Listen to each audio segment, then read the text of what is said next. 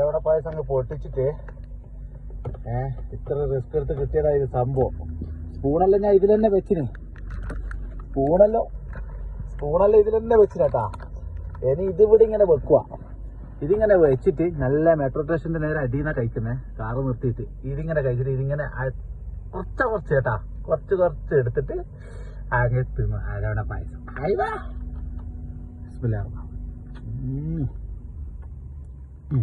അടിപൊളി.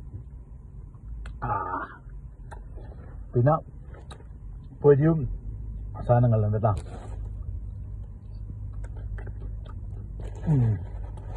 നാട്ടിൽ നിന്ന് കൊണ്ടുവന്ന മോനെ സ്പെഷ്യൽ സാധനം വെനുവേ പ്രത്യേകം താങ്ക്സ് കേട്ടാ. നമ്മൾ ചക്കത്ത് ബിസ്ക്കറ്റ് കൊടുത്തത് ചെയ്ത് അവന്